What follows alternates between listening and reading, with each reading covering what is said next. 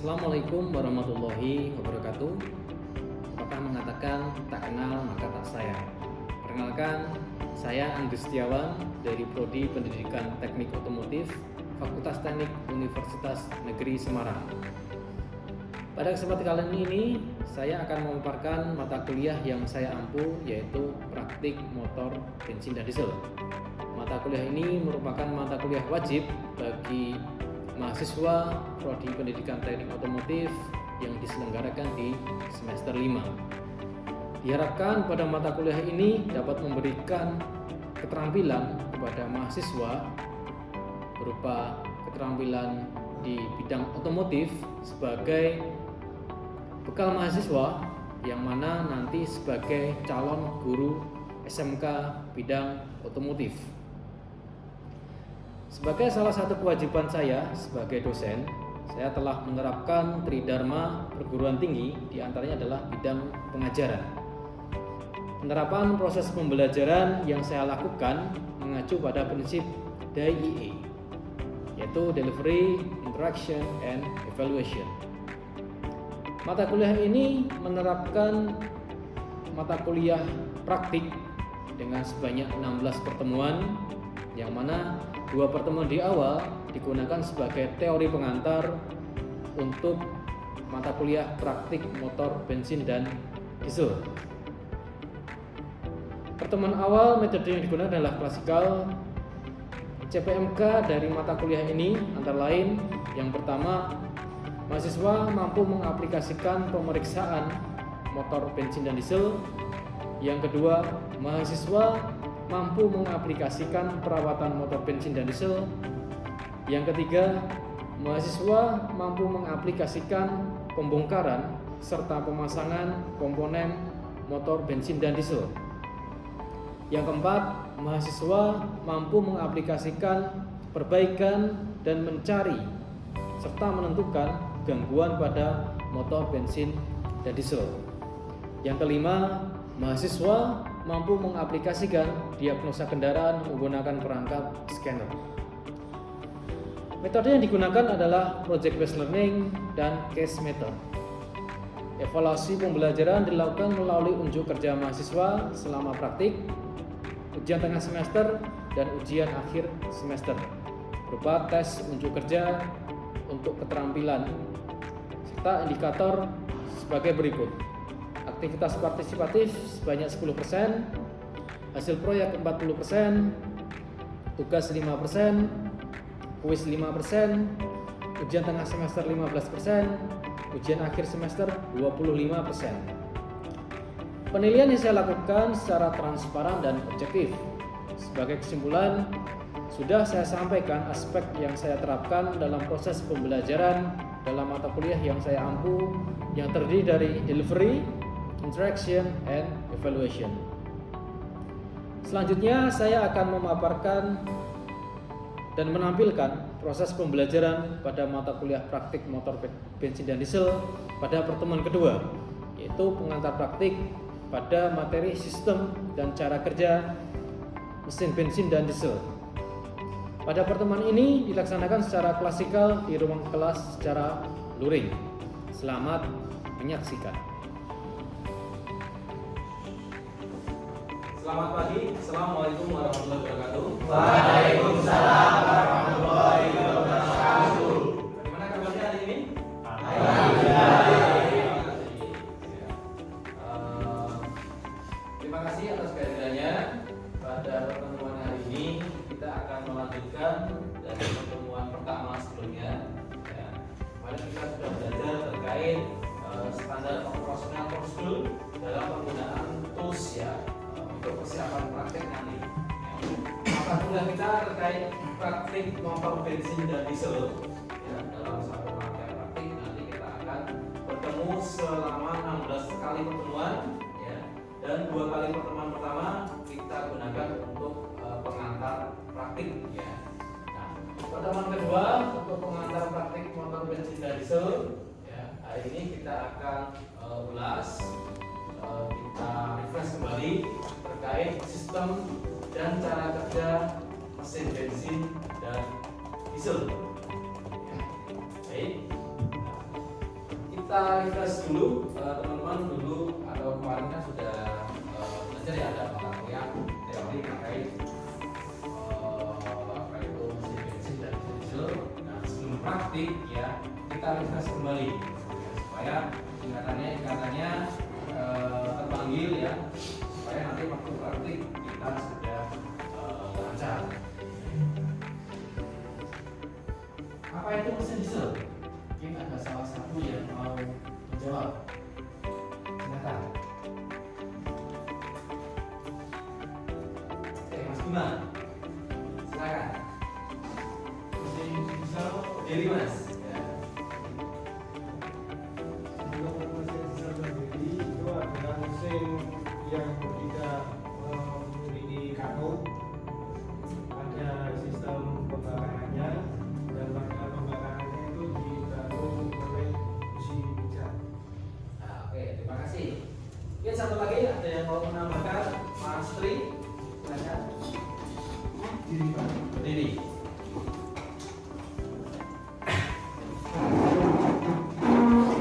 Menurut saya sistem diesel itu suatu mesin yang CI engine atau compression engine ya, dia tidak menggunakan bensin melainkan menggunakan solar, yang mana solar itu sebagai yang mengganti sebagai busi. Jadi udara yang masuk ke dalam sistem diesel itu adalah udara murni dan nantinya diinjeksikan solar, dan sehingga di dalam ruang bakar itu akan terbakar oleh dibantu dengan solar itu sendiri kan dengan tekanan. Jadi itu Pak. Baik, terima kasih Mas Tri ya. Nah, coba kita refresh kembali ya, mungkin teman-teman masih tanya lupa ya. Apa itu mesin diesel ya? Sudah disampaikan yang kita bahas ya. Digunakan apa sih untuk mesin diesel ini? Ya. Mas Yuda mungkin?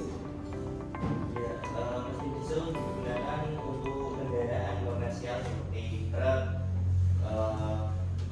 kapal, eskavator itu biasanya menggunakan mesin diesel. Kenapa menggunakan mesin diesel? Karena di mesin diesel sendiri itu torsi atau tenaga yang dihasilkan itu lebih besar daripada mesin bensin. Oke, baik. Nah, nanti kita lihat beberapa reason ya. Kenapa sih nggak pakai mesin bensin saja, Pak? Kenapa harus pakai mesin diesel? Nah, mesin diesel sendiri ya merupakan bagian dari mesin pembakaran dalam, yang mana dalam proses pembakaran ya atau bisa kita katakan adalah self ignition atau pembakaran secara mandiri. Ya. Nah, pada pembakaran dalam karakteristik di mesin diesel ini yaitu menggunakan bahan bakar solar ya, yang dikompresikan. Ya. Bahan bakar solar dikompresikan sehingga mencapai suhu dan tekanan yang sangat tinggi ya, sehingga terjadi pembakaran. Di mesin diesel 4 langkah ya, kita kenal beberapa langkah di sini ya. Pada prinsipnya yaitu perubahan energi kimia menjadi energi mekanis. Ya. Energi kimia didapatkan dari proses pembakaran dari bahan bakar solar dan oksigen. Yang di sini adalah udara di dalam ruang silinder atau ruang bakar. Kita lihat dari proses pembakarannya atau proses mesin diesel ini. Yang pertama apa? Langkah piston, ya, yang mana piston bergerak dari A dari B, ya, betul. Katup innya terbuka, dan katup innya, katup outnya tertutup. Ya, yang mana di sini karena gerakan mekanis ini menyebabkan kevakuuman ya, sehingga bahan bakar udara masuk ke dalam ruang bakar ya. Dan setelah mencapai TMB ya, piston ya bergerak dari TMB ke TMA, yang mana pada kondisi ini kedua katup in maupun out semuanya tertutup ya. sehingga terjadi apa? Kompresi. Ya. Penekanan di sini yang ditekan apa? Udaranya. Ditekan hingga mencapai suhu 500 derajat Celcius. Nah, udara ini dimanfaatkan. Kemudian di langkah ketiga, ya, langkah usaha, yang mana di sini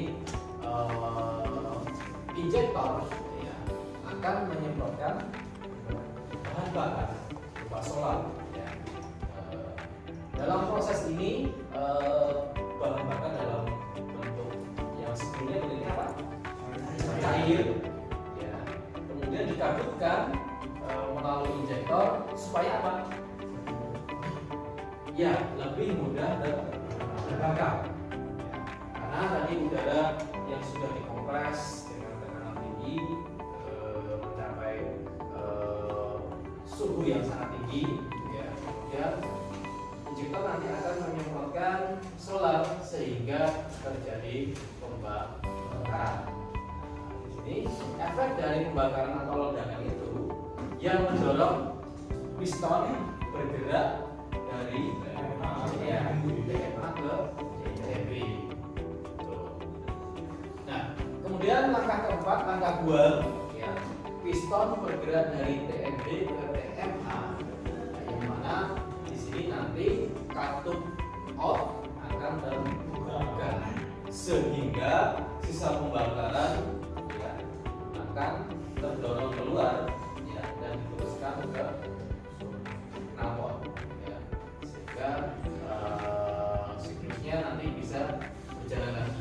Setelah ini nanti akan kembali ke siklus pertama, yaitu apa? Ya, bisa mati dan itu seterusnya. Nah, sekarang kita lihat karakteristiknya di mesin diesel. Ya, mesin diesel ini punya karakteristik ya, efisiensi panasnya tinggi, sekitar 30 sampai 40%. Bahan bakarnya lebih hemat, efisien, ya, baik dari penggunaan bahan bakarnya maupun ya harga dari bahan bakarnya. Karena kalau kita bandingkan pertalite berapa harganya? 10.000. Solar 5.600, ya 56% dari harga pertalite. Kemudian kecepatan lebih rendah dibandingkan mesin bensin, ya, getarannya lebih besar di sini, mesin diesel, ya. Dan biasanya harganya lebih mahal. Dan di sini dibantu dengan satu mekanisme pompa, ya, untuk mensirkulasikan, ya, untuk memberi tekanan kepada bahan bakar atau solar untuk bisa disemprotkan ke dalam ruang bakar atau silinder. Nah, di sini kita kenal dengan namanya pompa injeksi. Nanti waktu kita praktik kita coba breakdown juga dari sistem ini, ya, dari komponennya apa yang bisa menyebabkan tekanannya bisa naik, ya, sehingga bisa terjadi penghapusan bahan bakar. Nah, itu yang disampaikan Mas Yuda tadi, ya, biasanya mesin diesel ini digunakan untuk kendaraan niaga. Yang dibutuhkan apa? Torsi atau tenaganya, ya, bukan kecepatan. Kemudian tekanan kompresi bisa mencapai 30 sampai 45 kg per cm persegi. Ini kita refresh untuk mekanisme atau cara kerja mesin diesel. Sekarang kita lihat untuk mesin bensin, ya. Mungkin ada yang mau jawab untuk mesin bensin? Mas Faizal?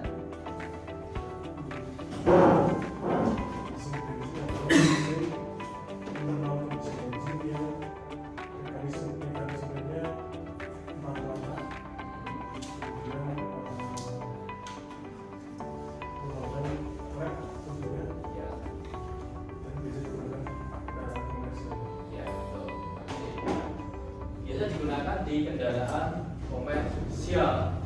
Ini kita lihat juga untuk karakteristiknya apakah sama dengan mesin diesel. Sangat berbeda. Makanya beberapa kendaraan ya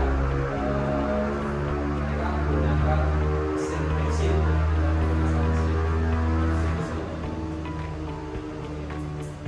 nah mesin bensin atau mesin Otto ya, karena tidak umumnya sini kelas Otto adalah sebuah tipe mesin pembakaran dalam ya di sini menggunakan busi ya, yang berfungsi untuk memercikan bunga api.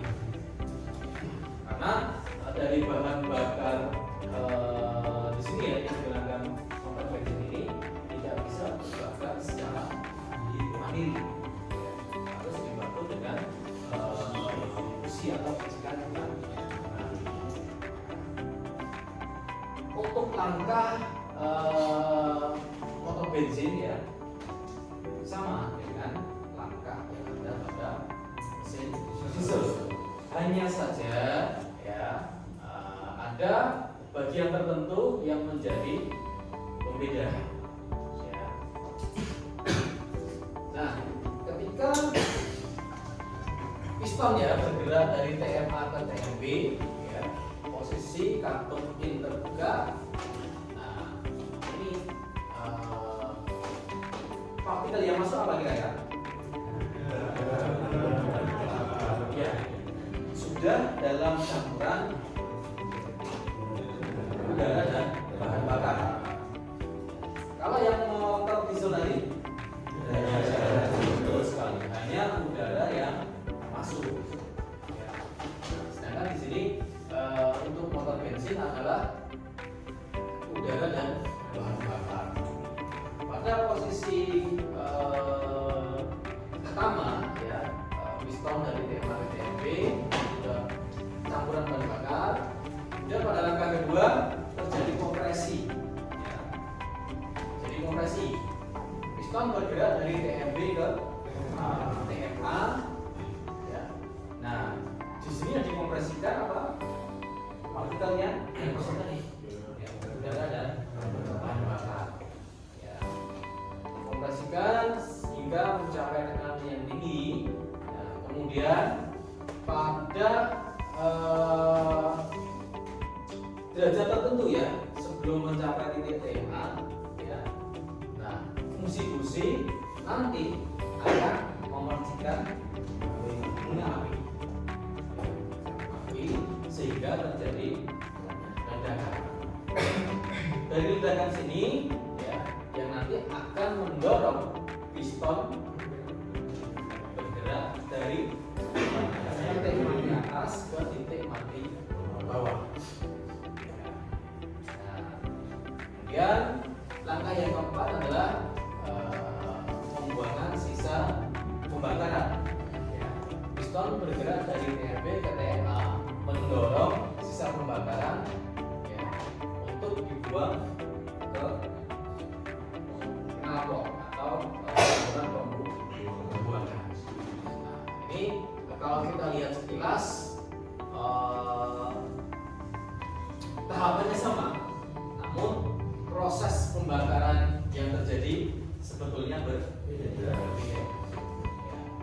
Nah, sekarang kita lihat untuk karakteristiknya.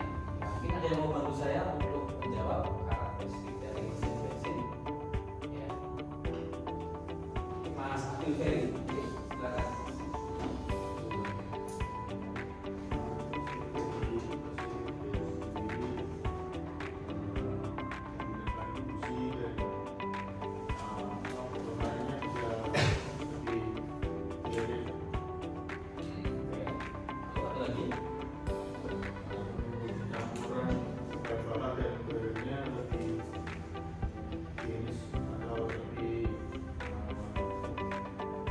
Ideal ya, sesuai dengan kebutuhan mesin ya, betul sekali. Nah, di motor bensin ini nanti kalau kita lihat di motor diesel ya, karakteristiknya adalah mesinnya relatif lebih kasar ya, getarannya Kalau di motor bensin atau mesin bensin, ya, di sini relatif lebih kecil untuk getarannya dan suara mesinnya lebih halus. Kenapa? Nah, efek dari pembakaran dengan memanfaatkan apa? Busi, ya, bisa mereduksi getaran dan suara. Ya, jadi suaranya lebih halus dan getarannya lebih minim, ya, daripada mesin diesel yang menggunakan atau konsep pembakarannya adalah pembakaran diri, ya, dengan memanfaatkan kondisi kimia, ya. Dia harus meningkatkan tekanan dan suhu nilai dulu supaya solornya bisa membakar. Ya. Kalau pada kondisi tertentu tidak mencapai tekanan dan suhu yang disyaratkan, apa yang terjadi? Pembakarannya menjadi tidak sempurna.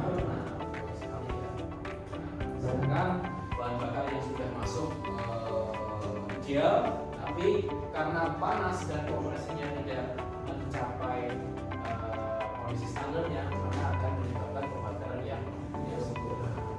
Nah, sistem ini nanti akan kita coba ulas, ya, di praktik, ya.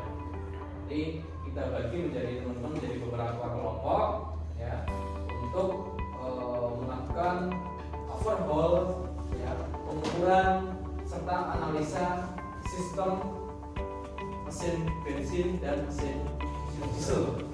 Ya.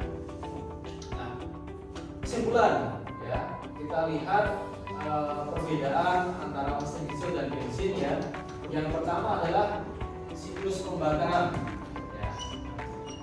Motor diesel menggunakan siklus Sabater, ya. Kalau motor bensin menggunakan siklus Otto. Ya. Kemudian rasio kompresi untuk mesin diesel, ya, di sini relatif lebih tinggi, ya, antara 15 sampai 32. Ini rasio atau perbandingannya. Kalau di motor bensin relatif lebih kecil, ya, 6 sampai 12. Saya nanti pengaruhnya terhadap konstruksi mesin dan juga bahan bakar yang dipakai, yang digunakan. Ya. Kemudian pencampuran bahan bakar untuk motor diesel atau mesin diesel, ya, diinjeksikan pada akhir langkah kompresi. Sedangkan motor bensin, ya, di sini dicampur di dalam karburator atau karburator dan diinjeksikan atau disemprotkan untuk yang sudah menggunakan sistem injeksi. Nah, kemudian untuk metode penyalaan atau pembakaran, ya, metode ledakannya untuk mesin diesel ini tadi sudah kita sampaikan apa? Self ignition atau terbakar secara aktif. Kalau motor bensin dibantu dengan spark plug atau busi. Nah, kemudian karakteristiknya untuk mesin diesel itu getarannya lebih besar, sedangkan untuk motor bensin lebih kecil. Kemudian efisiensi panas sekitar 30 sampai 40%. Kalau mesin diesel dan mesin bensin itu 22 sampai 30. Nah, ini kesimpulan kita hari ini, ya, sebagai pengantar untuk praktik motor bensin dan diesel.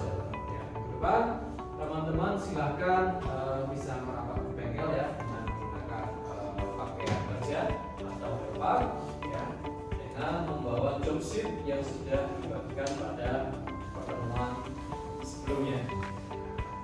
Itu, dan jangan lupa bisa presentasi melalui Elena, ya, pada ini sudah saya buka.